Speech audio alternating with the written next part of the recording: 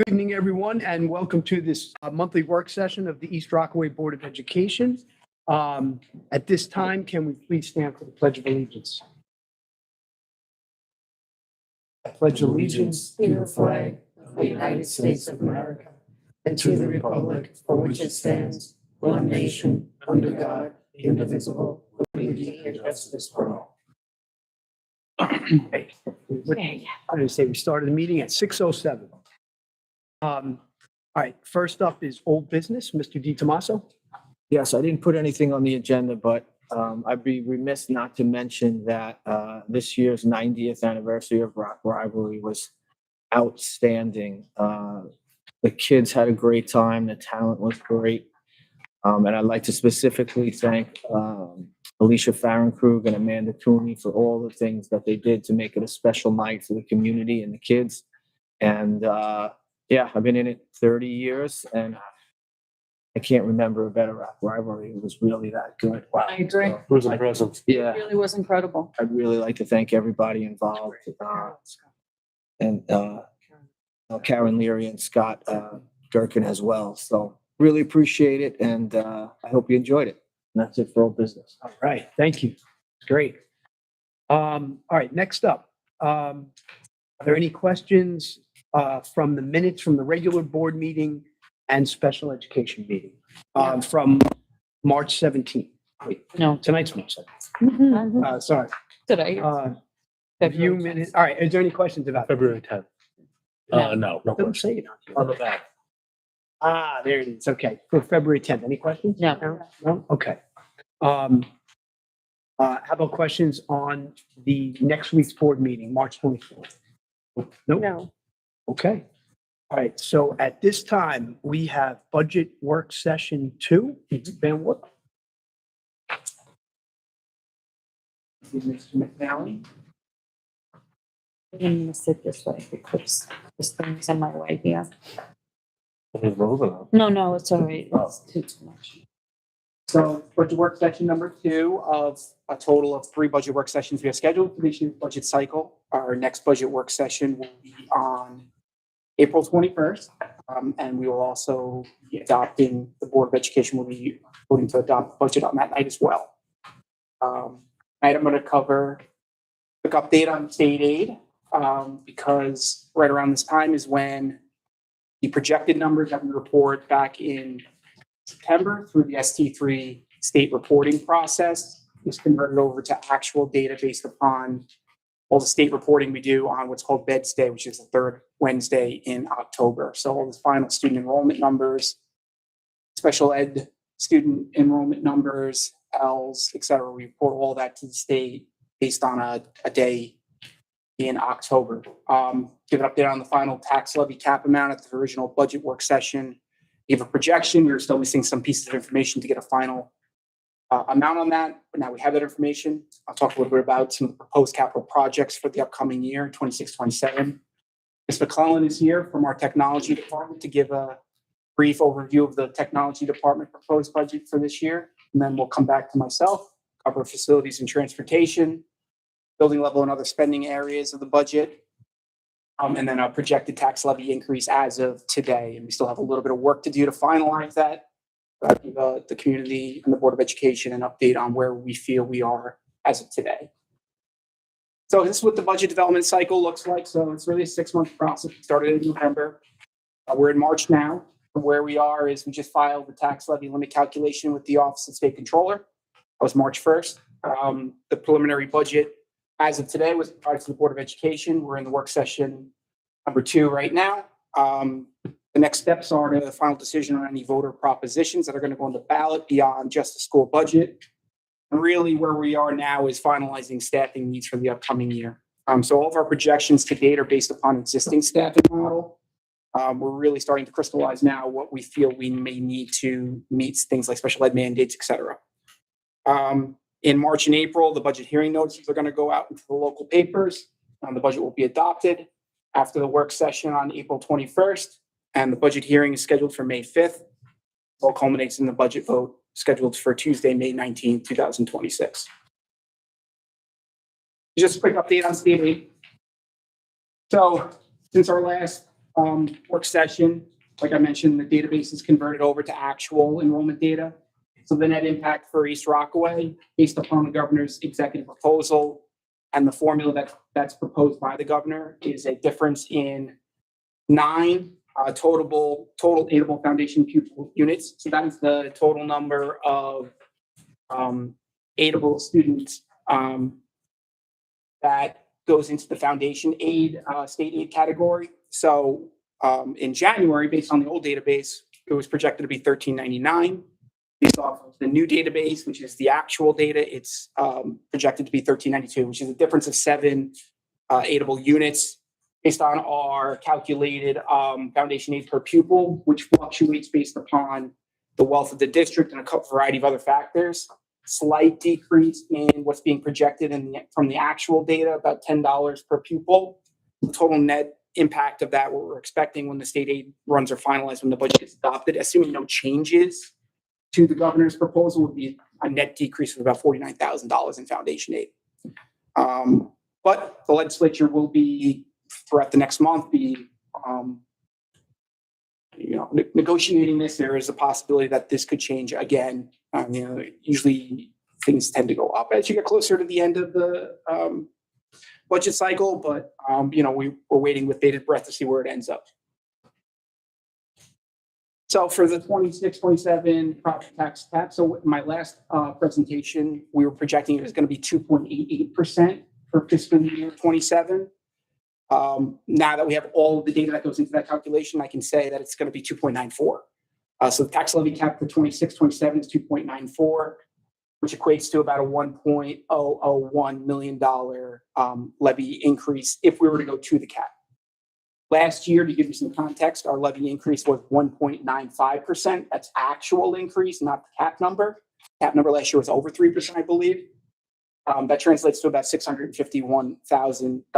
Now, the cap number fluctuates year over year based upon things like the tax growth base factor, which is a measurement from the OSC's office of the ability of the tax base to have the levy being increased, as well as exclusions, the main exclusion being the capital exclusion. So for 26-27, we completed a number of the bond work and filed final cost reports for those. So what happens is when we bring debt on books and then we have revenue coming in, that also gets factored into this calculation and it becomes an exclusion. That's why you hear 2% tax cap. It actually can fluctuate year over year based upon those exclusions and things like the tax growth base factor. So for this year, our tax base growth factor actually decreased from the prior year. Last year, it was about 1.08%.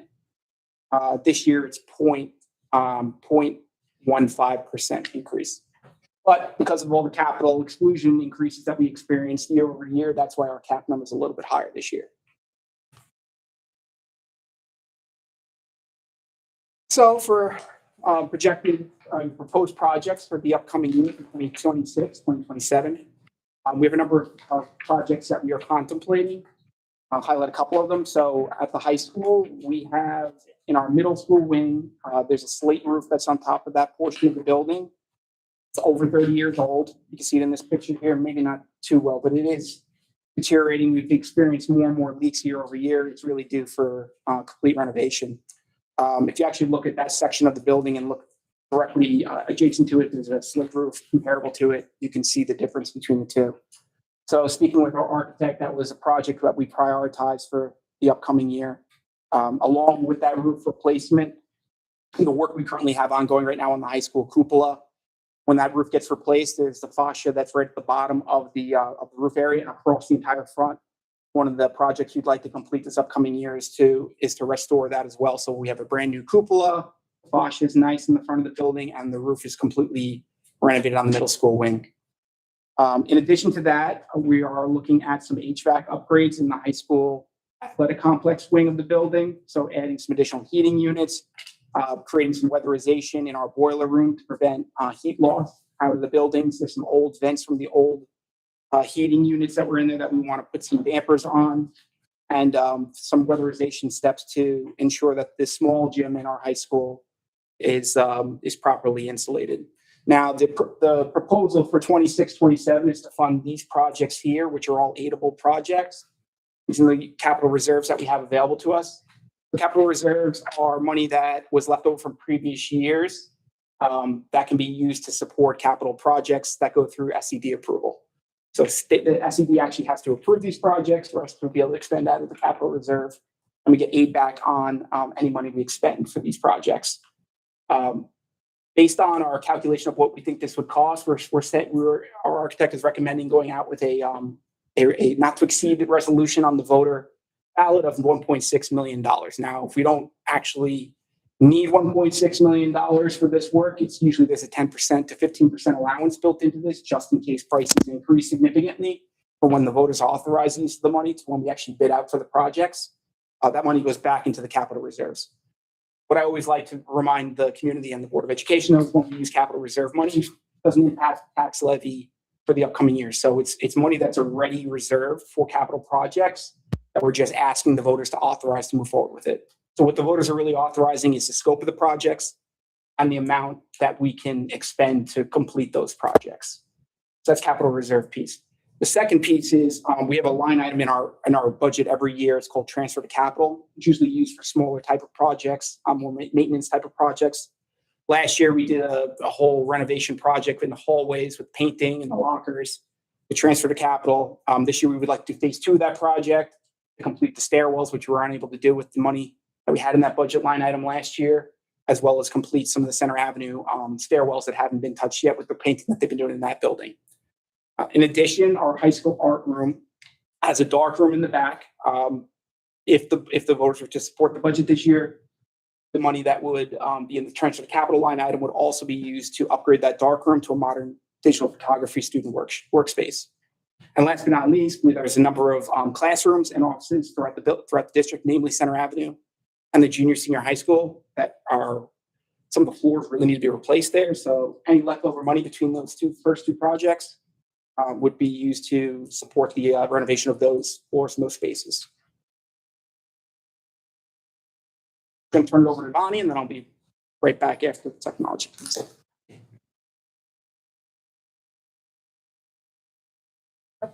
Sponsors. Okay, so Bonnie McClellan, I'm the Director of Technology. I always like to start out by saying, as a former teacher who never shied away from technology, and now as a Director of Technology, I believe that technology is best when it brings people together. And I'm most proud of the technology that we use here at East Rockaway that does just that.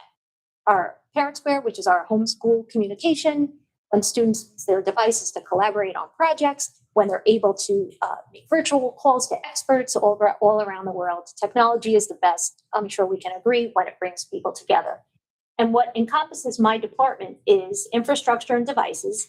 That includes all student devices, teacher devices, instructional workstations, admin workstations, interactive boards, access points, everything like that. All of our back-end wiring. That's all infrastructure and devices, software and applications. This is a screenshot of our ClassLink, which is our software management. These are all of the software tools that teachers and students have access to. I'm in charge of getting all of that set up, the rostering, and making sure students and teachers and staff, everyone has access to the programs for teaching and learning that they need. Support and training. The support, my technicians, my lead technician, my help desk technician are responsible for repairs and responding to all of the help tickets around the district. Training, I do superintendent's conference days. I go to faculty meetings. I work with teachers in the classrooms, one-on-one and as a group, and department meetings whenever there is need for technology trainings, so forth there. And always, like, technology is changing every day. Innovation and future planning, there's always an ongoing conversation about what's coming next and what's the next refresh cycle of devices and what tools are coming next and how are things changing and how we best support our teachers and students. So just a little budget recap and highlights. With the support of Board of Education and community, we were able to acquire Incident IQ this year. Incident IQ is a ticketing and asset management system. The asset management piece came as a direct result, as a suggestion from our auditors. We needed to have a more streamlined inventory of all of the assets in-house. And Incident IQ does a great job of that. It keeps it all in one place. It's able to show us where everything is across the district, warranties and shelf life and everything like that, so we can make better informed decisions. Also, the best part that we enjoy is the ticketing piece, because teachers are now able to go to this central platform, submit their requests, submit their questions for repairs. It goes directly to the technology department, and they can respond quickly and keep the classrooms running without interruptions. Like I said, it tracks and protects our district devices. It helps us keep track exactly where these laptops and Chromebooks and boards, where they all live. And there's better planning with real data, how we plan for purchases in the future. And this is just a screenshot I show you here. I have our help tickets link is right on the home page of the website. Access is there, and I also created a little tutorial for them because it was a new system. They were used to just sending an email, I need help with such and such. So this was just to show them how the process is handled. And we've gotten good reviews about it. I was just going to ask how are they adapting to the new system? They like it. They They do. like it. It's, you know what, when it first opens, it does give you a lot of different features, different specifics. Is it this? Is it your Chromebook? Is it what? It can always go to issue not listed, Okay. which I found, and speaking to the company, they found that a large percentage of users always go to issue not listed, and then they just type in what the problem is. And that's just as easy as sending an email. But for us on the technology end, it's a nice way of keeping track of all of the tickets, which ones have yet to be resolved, which ones still need to be resolved, things like that. Do you find a quicker response time? Yes. Okay. Yeah. Great. Yeah, we do, because they're able to go directly to Incident IQ to get to see 1, 2, 3, 4, and I'm able to access it as well to see what still needs to be done. Okay. This also is for loaners in the libraries, where right behind, when students come with their Chromebooks and they need something repaired and they need to get a loaner in return. This tracks that by quick scan. This one went in, this one went out. It goes right to technology. This Chromebook at Center Avenue needs to be repaired, and here's the issue. So everything's automated. Yes, everything's automated. It's great. Thank you. Can I add 2 things there? Sure. So previously, when there would be an incident or something that needs help desk support, it would route the BOCES first and then get assigned back to us. It was kind of inefficient. So this cleans up that process. Goes directly to our staff that are supporting our technology now. And then number 2 is the tool also gives us the ability to assign specific technology assets to an individual. So when you submit a ticket, it knows your individual computer and where it needs to be serviced as well. It has history of, if there's a history of issues with a particular device, that's all inside the tool as well. Because Okay, that's great. everything is tagged to the user. Like a new line board is tagged to Mrs. Smith, as well as her Chromebook, as well as her workstation. So when you log in, you're able to see these are all of the assets that are assigned to me, and I need help with this one. Perfect. And it's easier to track everything and to keep everything Oh, exactly. organized. Yes. Okay. Great. Yes, that's the Thank you. best part, the organization of it all. Okay, something else with the support of Board of Ed and Community that we were able to acquire is a cybersecurity services partnership with BOCES. They like acronyms over there. This is the SOC system. SOC stands for Security Operations Center. So with this, in addition to our in-house technicians that constantly monitor emails and networking, we have a dedicated cybersecurity analysis that monitors the network 7 a.m. to 5 p.m. If there is anything suspicious overnight, that particular account will get locked until the next day. If someone inside the district accesses a potential threatening site, this has happened. If we can't catch it on our own, the analyst catches it and sends us an email right away and say, hey, Mr. Smith was accessed this site. It looks potentially dangerous. Should he be accessing? Usually it's students. Should he be accessing the site? And then either we reach out to the teacher or we say, yes, it's okay, or no, they shouldn't. And automatically it gets locked. They do periodic assessments of our network. They review the firewalls. They're full handling of responding to incidents. Again, it's full handling, but it's in addition. So it's not, they're not doing everything. We still have our own protocols in-house, but this is that added layer of support overhead. And most recently, which was really great, over the break, our conditional access policies were reviewed. And what those are, there's specific conditions for each user before allowing them to log into our system. And the team was able to review those policies and make sure they were clean and in place. So that's the SOC team. All right, the moment we've all been waiting for, the technology proposed budget for 26-27. Okay, so if you notice on here, I'm just going to grab this. It's so small. You notice the largest line item in technology is the central data processing and BOCES. And what that encompasses is Infinite Campus, Life Direct, Parent Square, all of those bigger ticket items, including our Microsoft Consortium and Azure fees, and all of our technicians. So you'll see a bit of a difference, a little bit of an increase this year, and that is because of the salary benefit increases for our senior technician 2, help desk technician, and also all of the engineering support from BOCES. Where the cybersecurity is a SOC team, the engineering support is the NOC team. That's the Network Operations Center, and that's what they call them. So that's where a little bit of an increase is there. And also for our Microsoft Consortium licensing and Azure fees. And that's a really fancy term for our accounts. Our staff and teacher accounts is the Microsoft Consortium. Azure fees, I like to explain that like a phone bill. You pay for what you use. It's a storage. It's our cloud service. It's the servers, backups, storage. That's all the Azure fees. So those fees fluctuate a little bit. I do have a question. Sure. The amount on the top, the 33, Yes, that is an increase to salary? it is an increase. It encompasses this whole thing, salary and benefit increases for the technicians, for the engineering support over at BOCES, and also for the Microsoft licensing and Azure fees. And that is through BOCES, the increase, or they came up with that number? Or that's the number that we came up with. How did we come up? No, it's the salaries through BOCES, and it's not only the salaries. It's that's just one small piece that increased it there. Okay. We don't come up with those salaries; those are the contracts. So 1680 is a function code based on the New York State system of accounts that's supposed to capture all your central data processing expenses, which includes your networking, servers, any of your technology support teams that are managing those servers and networks.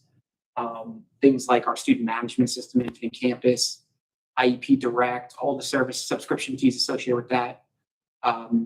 If you want, we can provide actually the actual services that make up that number right there.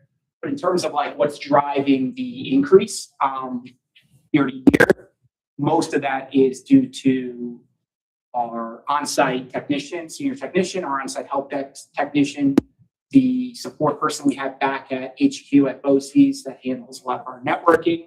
And his whole team. Yep, and his whole team. So salary and benefits. So basically the way it works is we have two options. We can hire somebody on our own, make our own part of our payroll, or we could go through a BOCES service where BOCES provides the person they're on site, and our senior technician has been with the district for Over 20. over 20 years. But we pay BOCES for his, basically BOCES kind of acts like a caster entity, and that gives us the ability to get aid back on that, BOCES aid back on that. Do we get aid back on that? Yeah, probably get about 40 to 50% back of the salary and benefits for those line items. Every coaster is a little different. Some stuff is. That number is just standing out to me because I look at that number and I'm like, Yeah. That kind of hurts me a little bit. Actually, the increase that which we made Brian on a call with BOCES about this exact topic, the salary and benefits associated with our technology team that is sourced through BOCES. And actually, our rate increase this year on those coasters is reasonable as compared to previous years. So it's about 3 or 4%. Yes, That's 3 or 4% on a big number. So Right. yeah. okay, Thank you. thank you. Okay, then down here, I want to point out the software purchases from the curriculum. So before I say that, so down here by the software purchases, all teaching and learning and so forth, that's increased by $13,000 And the explanation for that is Mr. Van Wart had moved some of the purchases from the curriculum and instruction budget over to the technology budget because a lot of the costs were commingled. Yeah, we had a couple of BOCES codes shared between the curriculum and instruction office and the technology office. One of the things we wanted to do this year was align the underlying expenditures and posters to the person that's responsible for ensuring, the department that's responsible for ensuring that we're getting the service we need, we're getting billed correctly. So when we do the presentation for curriculum instruction, you'll see on that side, the BOCES code there will have a reduction in expense by about around 40 grand. So more than offsets that increase that you're just seeing on the slide right here. And it just, it cleans it up. It just makes better sense Yep. to keep, because Sean and I were always speaking, is this your code or is this my code? Is this it? So I cleaned it up for us and it makes better sense this way. Happily, you'll see though on the tech hardware, BOCES code is down. And I'll explain that in the next few slides. So each year there is new hardware that needs to be purchased for student devices or whether staff and teacher devices. They work on a refresh cycle. So I'll explain a little bit about that on the next few slides. Okay, so workstation replacements. So in doing an audit over our workstation, so when I say workstation, admin workstations, this is everybody, the best way to explain this is everyone that sits at a desk. So these aren't teachers. Admin workstations could be central administration, building administration, EPS office, guidance office, clericals, business office, anyone that sits at a desk. Those workstations, there are about 68 of them that probably could be replaced. But after doing a harder look and a detailed needs assessment, we got that number down to 25. So all of the workstations do get updates up until 2029, the current ones we have. So there is no security risk on them, but we got it down to 25 for power users, people that have multiple files, multiple things that need to be on their computers, need to stay there. They need more storage because they need to maintain peak operational efficiency. So we're only going to replace 25 of those. And when 25 of those get retired, they're going to be securely wiped and repurposed into a backup loaner pool to have basically will be new if anyone needs more after that. We can utilize those. So we were very happy to be able to get those down, 68 to 25. And like I said, there's no risk with not replacing them because they do have their security updates. And this I'm most excited about. We're proposing a modernized one-to-one refresh cycle for the student Chromebooks. So what this means, so we have a one-to-one device system here at East Rockaway. That means in K-12, we have enough devices, Chromebook devices in K-12 for every student. Currently, our K-2 students don't take Chromebooks home. There's no need to take them home, but they have full class sets in each of their classes. If the teacher needed to do a full class lesson with a Chromebook, there is one for them. Up until now, we've been doing new devices in 3rd grade and 8th grade, which is a 5-year cycle. The Dell devices have a 4-year warranty. So it really didn't make sense because in the 4-year warranty, each of those 4 years, they get one free repair on accidental damage. That 5th year, when it was out of warranty, we were repairing them in-house. They were still safe, they were still secure, they still get their security updates, but in case they broke, we were fixing them in-house. So in order to make more sense of this cycle, we're going to be moving eventually into, it's going to take a few years, if you know how the refresh cycle, it's just to start pushing things along. It's going to take a few years to get ideally where we want to be, but we want to be at a 5th grade and 9th grade new device, which gives them 4 years. So what's the added cost instead of doing 4 years instead of 5-ish? Added cost? No, it actually will be a reduced cost because the first 2 years, so next year, so 26 and 27 and 27 and 28, we're only purchasing 1 grade. We're purchasing eighth grade. It's a little tricky. And if we can't get through it in this board session, I'll be happy to talk to you after because it takes a little while. I need to show you a spreadsheet. But the first 2 years, we're only purchasing for 8th grade. For the first year, 3rd grade will get repurposed devices. When the seniors graduate, those are coming down. Seventh grades that turn them in, those are coming down. Each grade, say, is 100 kids, so instead, it's always 100 new Chromebooks every year. Usually a bit more than that. Usually, yeah, it's a bit more. It's usually, Theoretically. last year, I think we did 167 last year. So we always, Younger grades? no, last, Older grades? for third, well, up until now, it was third grade and to eighth grade. We want to push it to fifth and ninth. So it's going to take us a couple of years to get there. So But once we get there, it stabilizes. Yes. The replacements. It doesn't You're make not seeing a high year and then a low year. So, And it doesn't make sense to have it out of warranty. Right. If you can, yeah. so for this year, it's a reduction in total. for the next 2 The years, next 2 years, it's a reduction in the total number of Chromebooks that we purchased to get us on the new to cycle. get us on track. So what's going to happen, I was explaining to Claire right before, she works with the kids and their computers. The next year's third grade, everyone's going to have Chromebooks. That's the great thing. All the students are going to have access to a device. Next year's third graders will get those repurposed ones to fill the class sets. And we do have enough to give the full class set and extras. So in case something breaks up in a pinch, here, we have another one for you. They're not even going to be taking them home. Like currently the third graders now have new devices, they take them home. I know there's been a lot of talk about, screen time in students. Third grades don't have to take them home anymore. It's up to the teacher discretion. If the teacher assigns something digitally and she or he wants them to bring them home, they can, but they don't have to. Whether they Following have year, new stuff home, give them the old ones. the following year, again, we'll only be purchasing for eighth, but fourth grade will get those repurposed. So ultimately, it will be a K to 4 repurposed devices and new on from there. It could have just, we're optimizing the cycle to be. I got it. Efficient, yep. So, yeah, this just explains it a little bit further. Our in-house technology team, the ones that are out of warranty, maintain the older units and the K to 4 fleet at zero additional hardware costs. They're able to use parts and fix them. So yeah, and that just explains it a little bit more detail.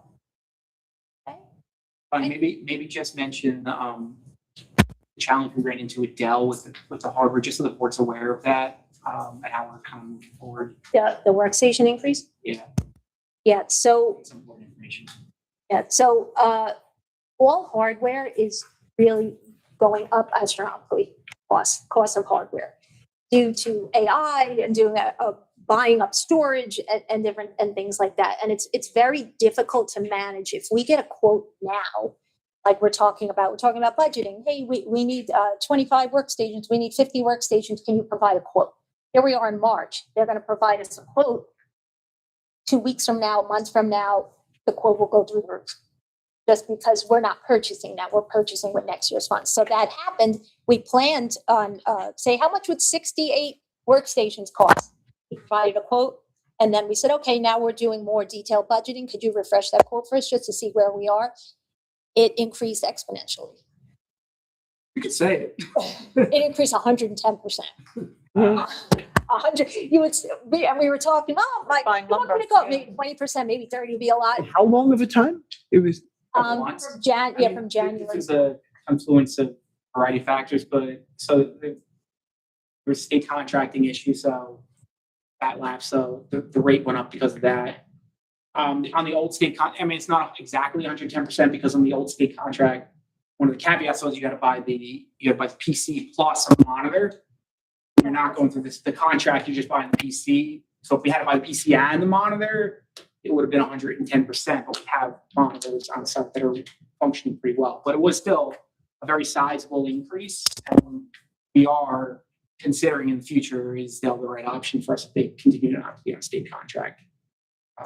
Yeah, so that caused us to look a little bit deeper and say, okay, so which ones are prioritized, which we did. And the technology team worked alongside of us, and I think we did a really good job getting it down. Dell doesn't follow state contract? They were on a contract that we were able to access through BOCES, and then the contracts are usually for annual cycles. The other factor that we didn't mention, Opine kind of was alluding to it, is right now in the industry, the OpenAIs, the Googles, they're buying up all the chips that are available to help the performance of their artificial intelligence models, which is resulting in a shortage in chips for things like Dells and personal computers, which also has the effect of raising prices. So between those two, between the state contract issue plus the macroeconomics of the industry, we're not alone. Every district's experiencing kind of the same thing right now. So, And I had a feeling this was coming. They were talking about it in my NASDAQ group. Be careful, the prices are going up, but sometimes, there's really not much that can be done. We can't purchase them now. So we do have to wait until the time is right. you kind of know when NASA BOSI sends out a memo Yeah. alluding to the fact there might be price increases that Yeah, the next. You may want to be flexible in your amounts, and you may want to be flexible in your, So in a few years, you won't even have, just have an AI group? Yeah. happily though, the Chromebooks, we thought the Chromebooks were going to go up much higher, but right now, they did not go up that much. So we're in a good place. But if we needed to cut there, we would find a way as well. Okay. Any questions about anything else? No, thank you. And I'm always available. If you need me to explain the refresh cycle again, I will. It took me a little bit myself. Thank you, Beth. Thank you. Thanks, Bonnie. Thank you. So pivot so now we'll talk about facilities and transportation and the proposed budgets for these areas. So just a quick overview of facilities. This is our custodial, this is our maintenance, our bus drivers, everything that supports the physical plant of the district or in the facilities budget. We have 18 custodial, maintenance, groundkeeper staff in East Rockaway across our 3 buildings. Transportation, so in East Rockaway, we have a hybrid model where we provide some in-district transportation using our staff and our buses, but the vast majority of our transportation costs are contracted for our private and parochial school residents, students who attend private and parochial schools. We also provide transportation for BOCE CTE programs, BOCE special ed placements, field trips, and after-school athletic transportation. For this past year, when I was doing this budget presentation last year for the 25-26 proposed budget, one of the things we had highlighted that was a cost increase year over year was transportation. And we highlighted some of the challenges we had with some of our routes too, namely the BOCE CTE routes. What we did after the budget was passed last year was we took a deep look at, can we do this a better way using our own drivers? So last year we hired an additional bus driver, and we basically brought the BOCE's CTE route in-house and to be serviced by one of our more seasoned bus drivers. Last year there were a lot of mixed feedback on BOCE providing that transportation through contracted transportation vendors. And I'm happy to say that now that we've brought that route back in-house, it's been relatively smooth this year. So I think it was a positive impact. And actually, the cost we were paying for that contracted service last year with the BOCE's 30% fee increase that we experienced in 1 year versus what we're paying for doing this in-house, it's actually cost-effective too. But just to give a highlight kind of on what we contract transportation for, we do currently 16 private and parochial schools. Listing them out here. The stuff that's in orange, those are schools that we're providing transport for now that we historically haven't, at least they weren't budgeted for with the 25-26, when the 25-26 budget was adopted. There's an April 1st deadline for public transportation requests that exists. And that deadline is in place for a reason so that we can budget for what the cost is going to be for providing transport for non-public school attendees. These schools that I highlighted in orange here, these were mostly students that moved into the district after that deadline, which gives you 30 days basically to request transportation. If you're a resident of the district and you missed the deadline and the transportation you're requesting results in an increased cost to the district's not required by law to provide that transport until the following year. But if you move to the district from out of district, you have the 30-day window to prove residency, and you would be eligible for transportation. We also provide transport for 2 charter schools for this past year. And the 7 BOE special education schools, we contract for transportation on that as well. Currently, the district has 5 vendors that we use. So we have Independent Coach, Guardian Bus, Retransport for Student, and we contract through BOCES for our special education students that are placed at BOCES schools. We always try to partner with our neighboring school districts to share routes so that we can reduce costs where we can. So our 2 biggest partners right now are Lynbrook and Malvern. We have good partnership with both those school districts. We're always in communication with each other to see where we can continue to share our resources. This is the facilities proposed budget for 26-27. Pretty consistent year over year. I mean, the real big differences that you see is your projected reduction in our water bill, surprisingly, for this year. So based on this year's usage, I project out, I put a little bit of allowance in. We're projecting to be about $8,000 less than we were in previous year. I think part of that has to do with the fact that we uncovered quite a few issues with we had an issue with a drain pipe that we identified a leak on, and I think was maybe potentially inflating the previous year expense number. And it looks like once we fixed that issue at the high school, our water bill decreased significantly. Our utility bills for heating are we're projecting to be pretty flat year over year. Predominantly, that's because we just finished CPC, which incorporated a lot of additional weatherization and heat loss initiatives into our buildings. On the electrical side, a little bit of a projected increase there, about $20,000. But overall, our utility costs we're projecting are going to be about a 2.2% increase year over year. And if you just look at what last year's projections were, we were projecting increases of about 11.7%. And that's not related to utility costs slowing down in terms of their increases. They are pretty consistently increasing. That's just usage. So we're definitely seeing some positive impacts from the energy efficiency upgrades that we put in place with the EPC last year. I would expect moving into next year, we should see even more of a slowdown in terms of the increase for the electrical side, because a lot of those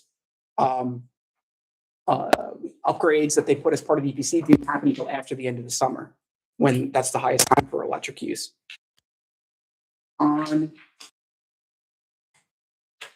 the 1621 section of the facilities budget, really the only significant cost increase we're projecting out for next year in this area of the budget is at the athletic complex at the high school, we have football field goal posts that are up there. Historically, we're keeping those out all year.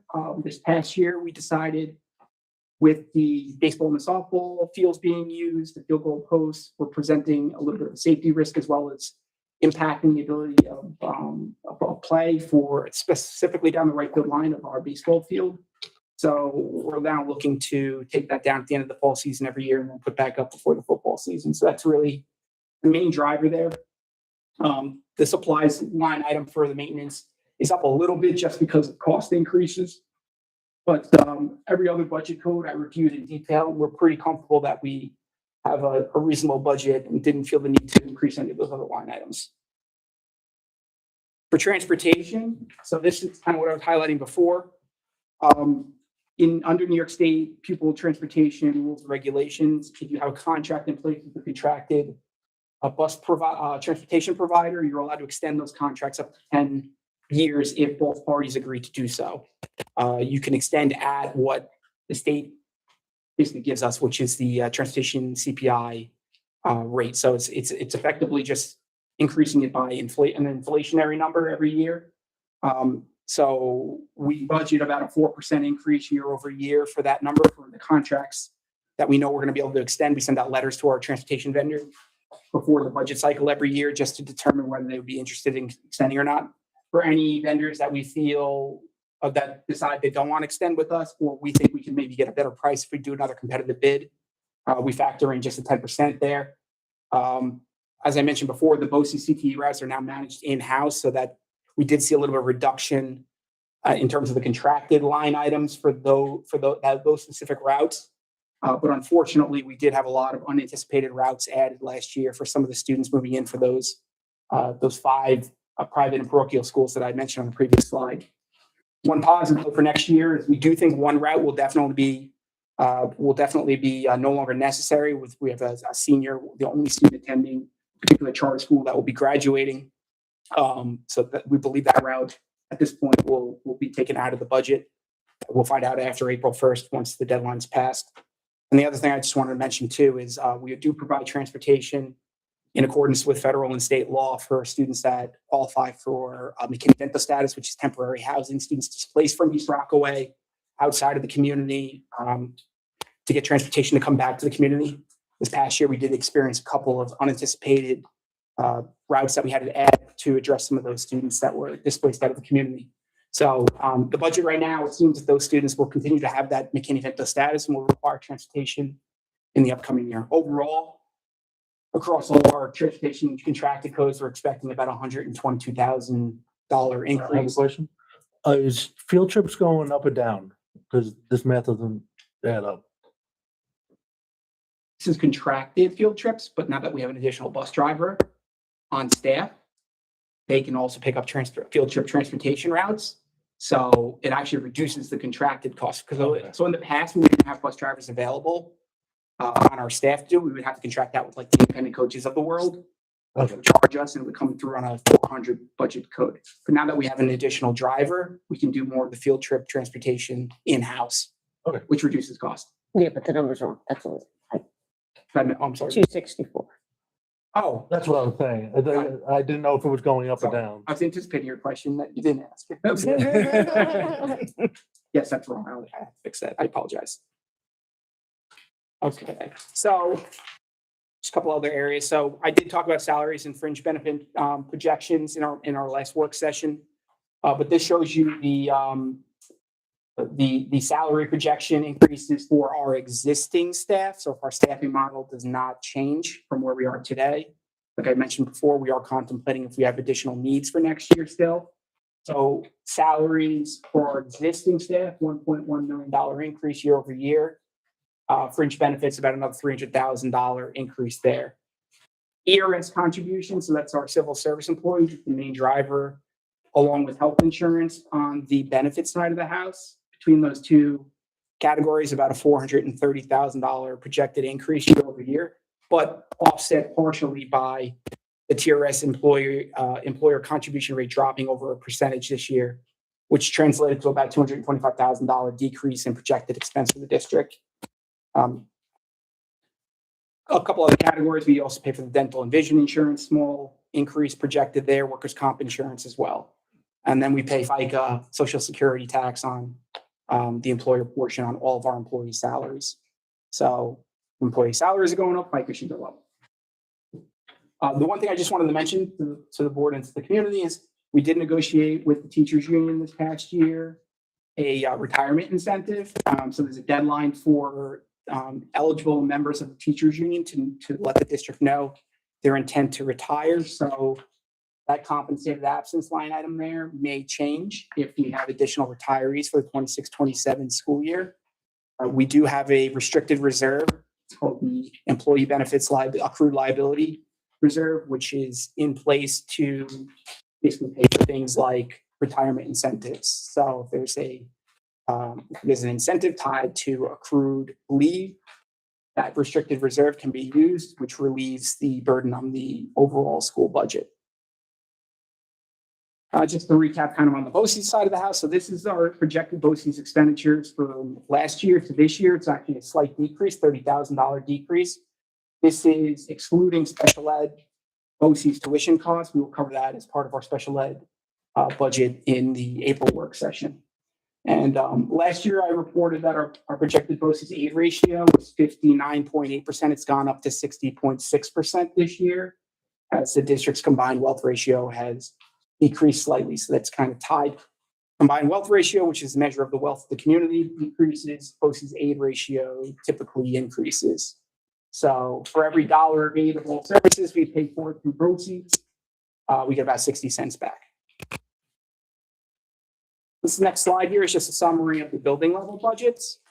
So these budgets are actually, I give the total number to the principals for developing their budget based on projections for enrollment. So we look at the enrollment projections for all three buildings. there's a per pupil amount that we allocate to the building. I make an adjustment to that every year based upon inflation. So in this upcoming year, the overall Center Avenue budget is seeing a modest increase of about $6,000. That's because our projections for Center Avenue is that the enrollment numbers will be up a little higher than in the past. Green Avenue, a slight increase there, and then the high school has a slight decrease, and that's because the 12th grade cohort graduating is bigger than the cohort that's coming into 7th grade. Can I ask a question? Yep. So you're saying that, is this per pupil? Yep. So Center Avenue is spending 55 and Rame is spending 70, and that's because of the sped services, I'm sure. So the total budget is based upon the enrollment of the school. Spring Avenue has a higher enrollment of all students as compared to Center Avenue. I think there's like a 50 or 60 student. More than that. Right? It's 100. It's 90 to 100. 90 to 100, I'm sorry. Okay, so yeah, there's 90 or 100 more students at Rame Avenue than Center Avenue. Economy of scale, Right. cheaper by the dozen type thing. Okay. Can I ask Mike? Yeah. If that was to change and we were to, let's say, bring more students over the center, would that change the amount? So then you would expect the Rame Avenue building budget would go down and the Center Avenue one would go up. Okay. The reason why we do it by per pupil is for, there's a federal law called Every Student Succeeds Act, which is intended to ensure that there's fair participation of financial resources for individual schools in a school district.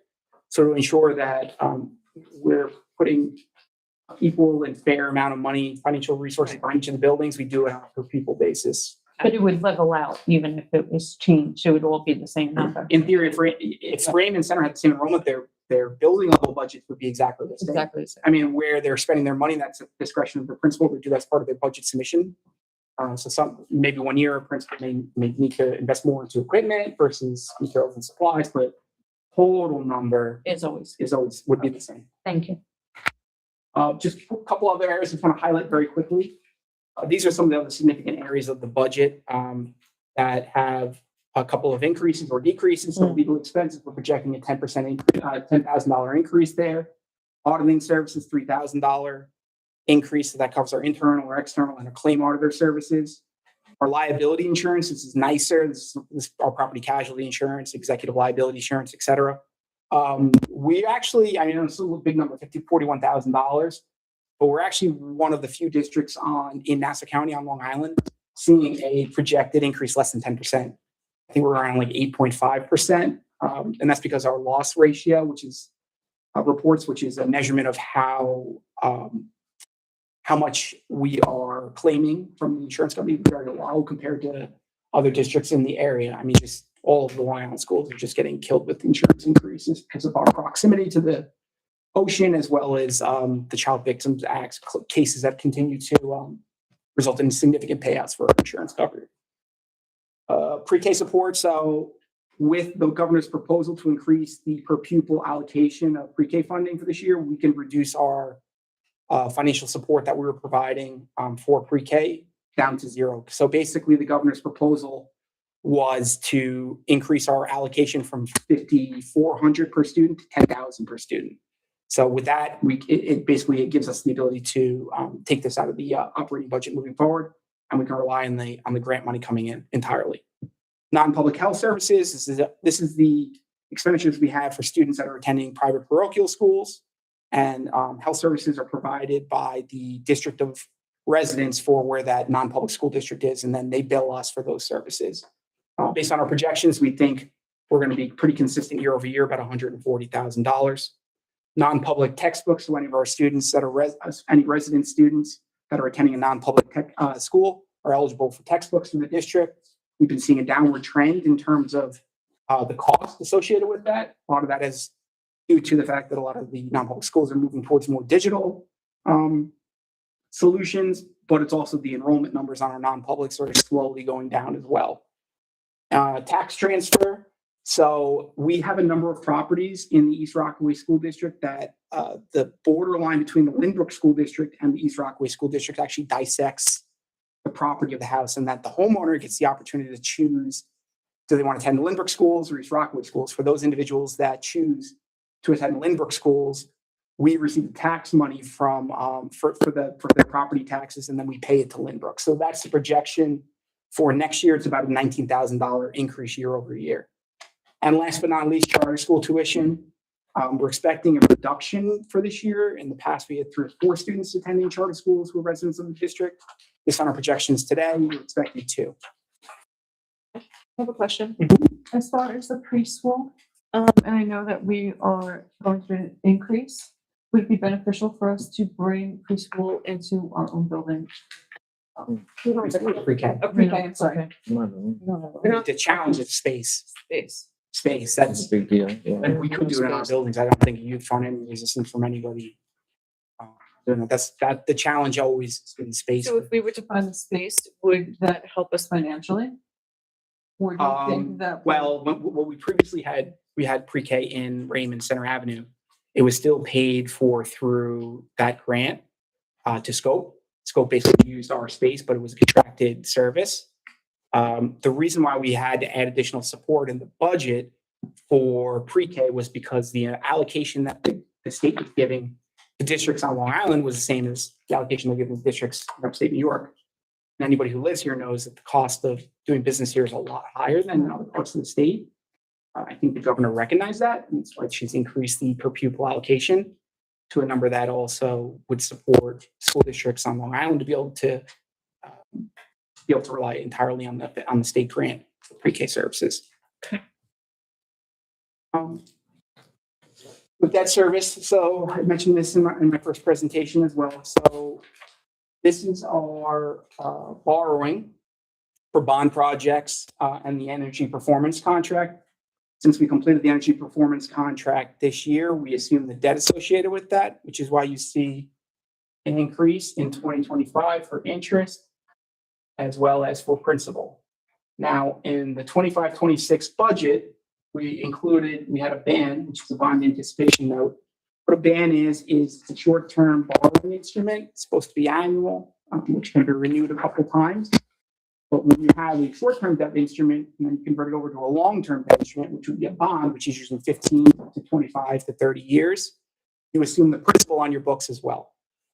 So when we assume the principal for the long-term debt on the books, we sunset the interest on the bond anticipation note, and there's a net impact on the expense side of the house of $500,000 and an increase. It sounds like a scary number, but you got to remember, with that $500,000 increase, we also phased the filing of what are called final cost reports, which is the trigger for the state to assign building aid for those capital projects at our building aid ratio to the district. So although it's a $500,000 increase on the expense side, it's also approximately, I'm calculating here, about $350,000 projected increase on the revenue side. So really, like, net impact to the budget is about $150,000. And then last but not least, we have a couple line items for what are called interfund transfers. So that is money that is in the budget that gets transferred to a different fund that we have. So we have a couple different funds. We have a school lunch fund, which historically paid for our school lunch program. In the past, we always had a portion of the general operating budget subsidizing the school lunch fund, and that was for students that were purchasing meals that they could pay for 100% of the costs associated with those. With the Universal Free School Meals program in New York State, we no longer need to subsidize those meals because lunches are free, breakfast and lunches are free for all students. So that goes to zero. And then the interfund transfer to the special aid fund, that is a transfer to support summer school programs and extended school year are eligible for 80% funding by the state. The 20% difference is funded by the school district. So this represents the 20% cost of us running our summer school ESY special education programs. It's pretty flat year over year. We're not expecting an increase there. All right, so property tax levy increases historically here. You can see we've had modest increases since pretty much 21-22, under 2%. You can see the inflation side of the house there too. So after the pandemic settled, we saw inflation spike. District tried to be as fiscally conservative as possible with when we were setting our budgets. We've tried to do everything we could do in-house to manage the increases on the property tax levy. As I was alluding to in our last budget presentation, it's very challenging for us to continue to do that with the cost increases that we're absorbing. As of today, we're projecting a property levy tax increase from last year of 2.69%, which is below the 2.94% tax levy cap, but it's a little bit higher than we've had historically over the past couple years. A couple things that could change that number between now and when the budget gets adopted. Those non-public transportation routes that I was mentioning, staffing changes, if we have any emerging needs that need to be addressed with an increase in FTE. On the flip side, we have that teacher retirement incentive that's out there. So retirees for next year would offset some of the increased costs. If we have any new or any reduction in special education placements. And then the $1 million question is, does the legislature adopt the budget as proposed by the governor, or are there changes? So that would impact the revenue side of the house.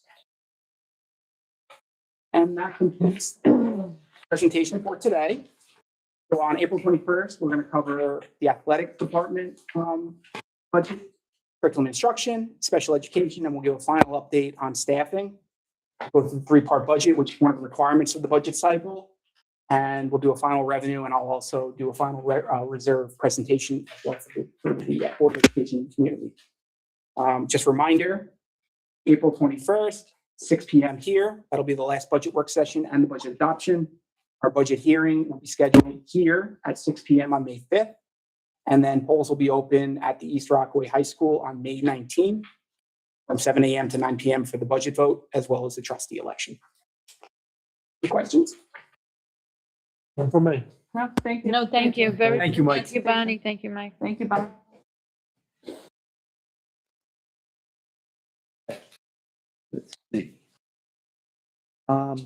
Anything else before I think we're good.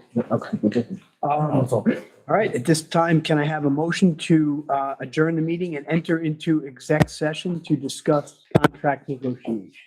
Motion? Motion by Mrs. Doyle. Second. Second by Mr. Lawrence. All in favor? Aye. Motion approved. I'd like to end this meeting at 7:08 PM. Good night, everyone. Good Good night. night. Thank you. Happy St. Patty's Day. Yeah, Happy St. Patty's Day.